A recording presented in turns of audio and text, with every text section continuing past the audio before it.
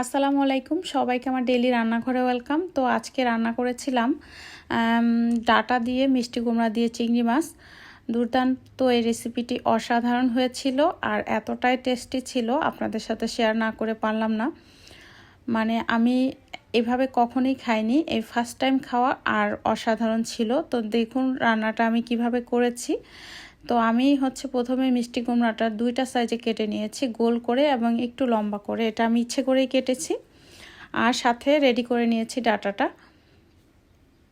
তো ডাটাও কিছুটা ছিল এবং মিষ্টি কুমড়াও ছিল। তো দুইটাই কিন্তু চিংড়ি মাছের তরকারি। তো দুইটা একসাথে করে আমি রান্না করলাম। তো এই যে সেজন্য দিয়ে দিলাম পরিমাণ মতো তেল এবং কিছুটা পেঁয়াজ এবং কাঁচামরিচ অল্প একটু ভেজে নিব। অল্প একটু নাড়াচাড়া করে এটাকে একটু লাল করে ভেজে নিব।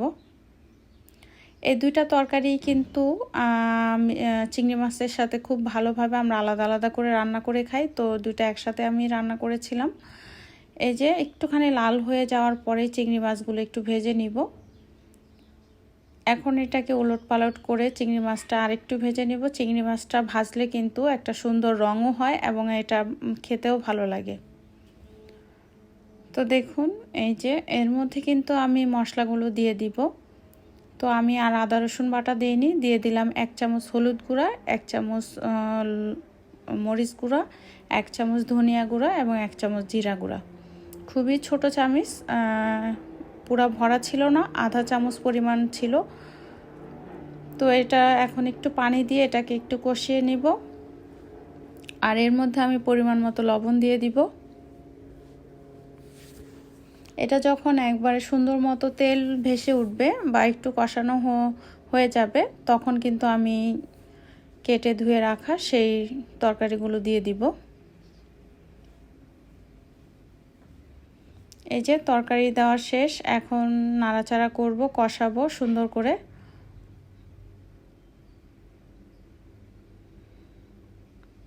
অনেক মজা হয়েছিল তরকারিটা। আমরা দুইটা তরকারি আলাদা করে না রান্না করে একসাথেই রান্না করেছি, আর কখনোই করিনি। সবসময় মিষ্টি কুমড়া দিলে মিষ্টি কুমড়াই খাওয়া হয়, চিংড়ি মাছ দিয়ে ডাটা খেলে ওটা দিয়েই খাওয়া হয়, কিন্তু একসাথে কখনোই খাওয়া হয়নি। তো খেয়েছিলাম, ভীষণই মজা হয়েছিল। তো এই যে চিংড়ি মাছগুলো কিন্তু কষানো হয়ে গেছে এবং সবজি মিষ্টি কুমড়াটাও কিন্তু পানিটা একটু শুকিয়ে এসেছে। এখন কিন্তু আমি ঝোলের পানিটা অ্যাড করব, যেটা আমরা রাখবো বা পরিমাণ মতো সেই পানিটা একটু দিয়ে নিব।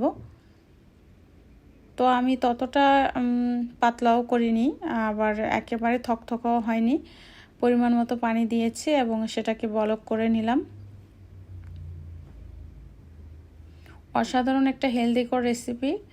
আর চিংড়ি মাছটা তো আমাদের সবারই প্রিয়। আমার বাচ্চারাও কিন্তু এই তরকারিটা দিয়ে ভাত খেয়েছে ভীষণ মজা পেয়ে, বা ওরাও ভালো বলেছে। ওরা কিন্তু সচরাচর তরকারি খেতেই চায় না। তারপরে ওই যে ছেলেদের জন্য অন্য কিছু করিনি, এটা দিয়ে ভাত খেয়েছে। তো শেষে আমি একটু ধনেপাতা কুচি দিয়ে দিলাম। দেখুন কতটা সুন্দর দেখা যাচ্ছে এখনই।